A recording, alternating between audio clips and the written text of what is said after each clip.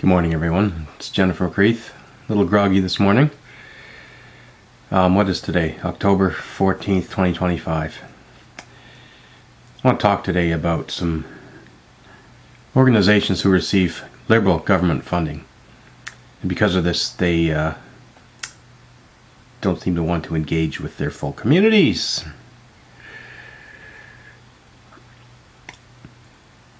I'm specifically going to talk about St. John's Pride Incorporated and Quadrangle NL.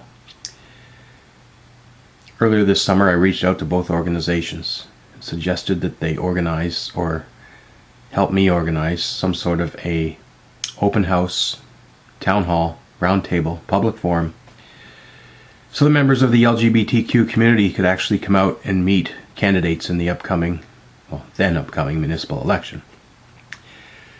I raised concerns that oppressed minority groups, members of those groups tend to be less likely to vote because they often don't feel their voice will be heard. I was not promoting any particular political party or any particular municipal candidate. I simply wanted to have an opportunity to have conversations, to get to know these candidates, find out which ones were aware of the issues, find which ones were supportive, which ones weren't, and even just to find out which ones cared, which ones perhaps did not. It says a lot when you invite somebody to a meeting and they say no. But I was met with pushback. St. John's Pride didn't even respond to me. Quadrangle told me that since they were a charity, they weren't allowed to do anything political. That's not true. I run a charity. Hi. I've done so for 10 years. There's nothing that says you can't do anything political. You certainly can, as long as you report what you're doing. The real issue is funding from the Liberal government, provincially and federally. If your charitable organization decides to ask government for money, you may perhaps tie your hands about what you're allowed to say and do, especially if you're worried about losing funding if a different party wins the next election.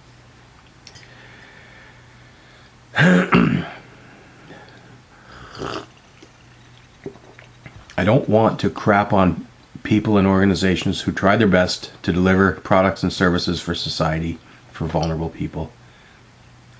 A lot of these people do that out of the goodness of their heart for little pay off the side of their desk while still maintaining a day job. So I'm not going to attack any individual per se. But I will call out people who are well off, making lots of money, who just simply sit on the boards of these organizations without actually digging deep, perhaps, into the day-to-day operations. I think it's time we take a close look. Who's getting money from government and for what? I just read a post this morning on Facebook suggesting that yet another LGBTQ activist here in St. John's, Newfoundland, Labrador, has been running a sole proprietor-based charity for many years and has been getting $100,000 from the government every year to do so.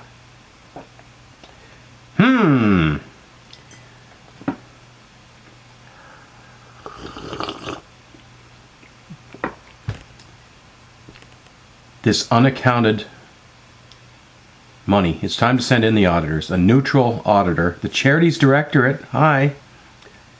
You guys exist. You have a job to do. I think you got to start digging into some of these charities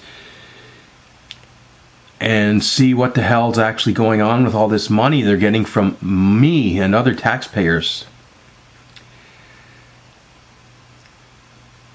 If the Liberals lose, first call I'm going to make is to the new party that's in power and say, stop the flow. Send in an auditor. But if the Liberals win again, I fear that this will not change. And that's really, really concerning. Because people are getting rich off the back of taxpayers under the guise of their charity label that they may or may not even deserve. So yeah, not happy with organizations who supposedly are there to help you and support you, call them out, people, like I'm doing right now. Thanks for watching. Have a great day.